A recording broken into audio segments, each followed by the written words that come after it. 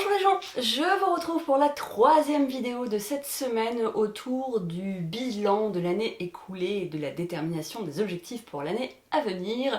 Vidéo qui va perdre un peu en spontanéité puisque c'est la deuxième fois que je la tourne. La première fois j'ai oublié de brancher mon micro et donc j'ai une super vidéo de moi. Voilà, vous l'aurez compris, j'ai oublié de brancher le micro, je n'ai donc pas de son, c'est tout pourri. Alors, j'espère que vous avez pris le temps de réaliser le bilan avec les piliers de vie. Si vous ne l'avez pas encore fait, ce n'est pas grave du tout, il n'y a aucune obligation pour la suite, tout comme il n'y a aucune obligation tout court d'ailleurs. Si jamais vous avez un petit peu de mal, ne vous inquiétez pas, c'est normal, il faut parfois un petit peu de temps pour s'habituer à penser à tous les paramètres de notre vie et on peut être découragé quand on se rend compte qu'il y a certains piliers qui sont complètement à côté de la plaque ou auxquels on ne s'est jamais intéressé. On en passe, je pense, en tout cas moi je suis passée par là aussi, c'est pas forcément motivant, donc il faut se laisser du temps pour le faire. Sachez que tous les outils peuvent se recouper, comme je vous le disais avant-hier. Donc là, on va parler notamment des objectifs et des différentes façons qu'on peut avoir pour les déterminer. Et vous allez pouvoir vous rendre compte qu'on peut, là aussi, et ça fait beaucoup de peu pouvoir, utiliser les piliers de vie. Alors déjà, quel terme utiliser? Est-ce qu'on parle de résolution? Est-ce qu'on parle d'objectif? Est-ce qu'on parle d'engagement? Eh bien c'est bien comme vous le sentez. Personnellement, j'ai du mal avec le terme de résolution parce que je le vois vraiment comme étant un mot à la mode entre le 1er et le 5 janvier, mais qu'on oublie dès le 6 janvier. Ça ne me parle pas. Le mot objectif, j'ai tendance à l'utiliser plus dans un contexte professionnel. Celui qui vibre le plus pour moi, c'est le mot engagement. Il y a quelque chose du domaine de l'implication qui me parle, qui me rend vraiment responsable en fait de ce que j'ai envie de mettre dans ma vie. Donc c'est celui que je choisis d'utiliser, mais peu importe, je vais employer les trois dans cette vidéo et vous choisissez celui qui vous convient. Et si c'est un quatrième ou un cinquième, et ben c'est très bien aussi. Alors comment est-ce que vous faites d'habitude? Est-ce que vous êtes parmi ces personnes qui adorent tous les ans dire qu'elles vont perdre du poids, qu'elles vont manger plus sainement, qu'elles feront plus d'exercice, qu'elles vont arrêter la clope, qu'elles vont arrêter la malbouffe, etc. etc.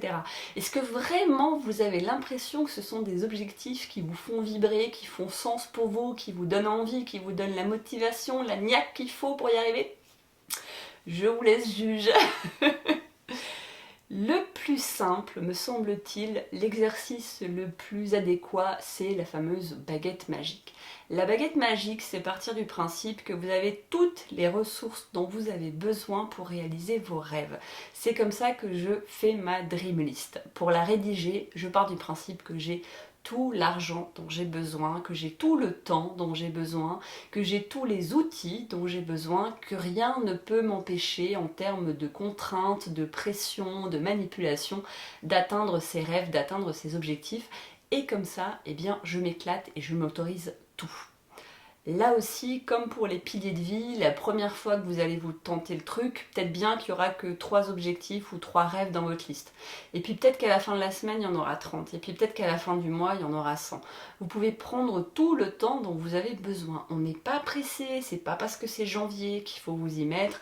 Si vous avez envie de déterminer vos objectifs en février ou même au mois de juin, qu'est-ce qu'on en a à foutre? Vous faites bien comme vous voulez.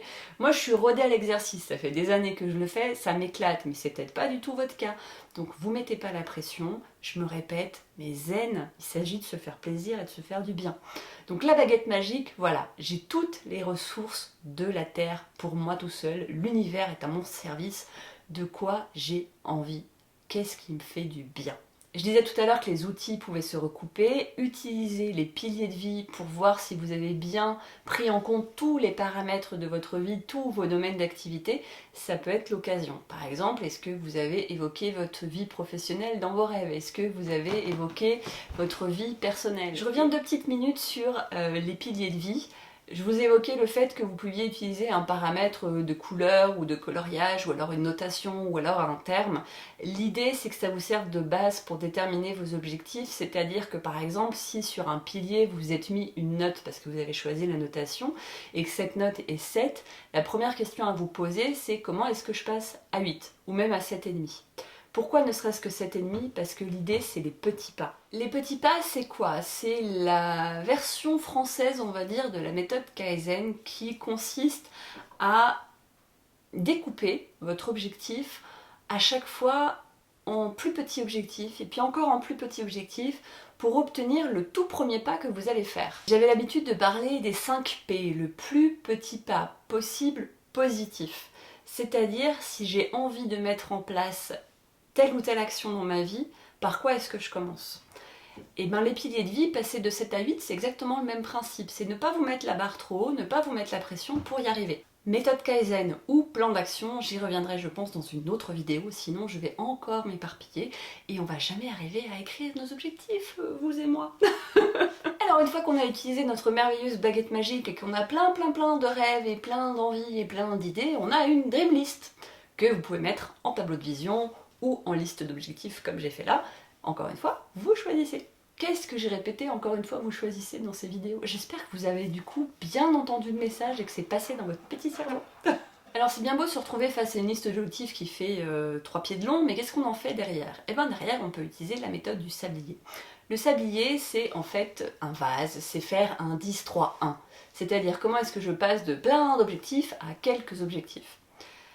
Quand vous avez votre liste, dites-vous, voilà, concrètement, de quoi j'ai envie l'année prochaine avec ce que je sais déjà de ma vie actuelle. Qu'est-ce que je peux réellement mettre en place dans les 12 prochains mois? Vous en choisissez 10, et puis après dans ces 10, vous en choisissez 3, et puis après dans les 3, vous en choisissez 1. Et vous refaites cette opération autant de fois que nécessaire. Il n'y a aucun mal à ne se fixer qu'un seul objectif. Il vaut mieux un objectif réussi que 12 objectifs foireux. Donc, encore une fois, prenez votre temps. Et le dernier point que je voulais aborder dans cette vidéo, c'est comment formuler votre objectif. Vous avez peut-être déjà entendu parler de la méthode SMART ou alors de la définition, la détermination écologique d'objectifs. Je ne vais pas détailler, là aussi, autre vidéo possible sur le sujet parce qu'il y a tellement de choses à dire sur tout ça.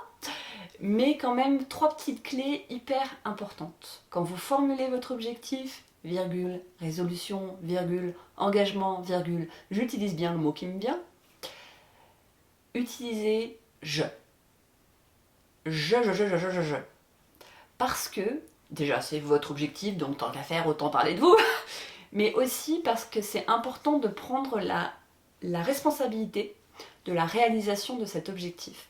Si vous vous rendez compte que vous n'arrivez pas à le formuler tel que, parce que finalement ça dépend de quelqu'un d'autre, ou ça dépend d'une période bien particulière, ou alors il vous faut un contexte dont vous n'êtes pas forcément le seul responsable, mieux vaut le retirer pour l'instant. Parce que si cet objectif ne dépend pas de vous, comment est-ce que vous voulez tout simplement faire en sorte qu'il se réalise? C'est assez logique au final. Donc, parce que je prends la responsabilité de mes envies, de mes actes et de tout ce qui va suivre. Ensuite, utilisez le présent.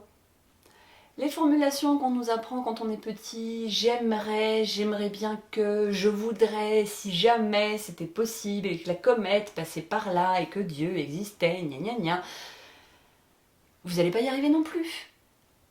Le présent, ce que je veux maintenant. Donc, j'aimerais bien, si c'est possible, éventuellement faire un petit peu de sport entre 2 rendez-vous, éventuellement, si mes enfants sont pas trop présents, et si j'ai pas trop de boulot, et si gna gna gna. Non.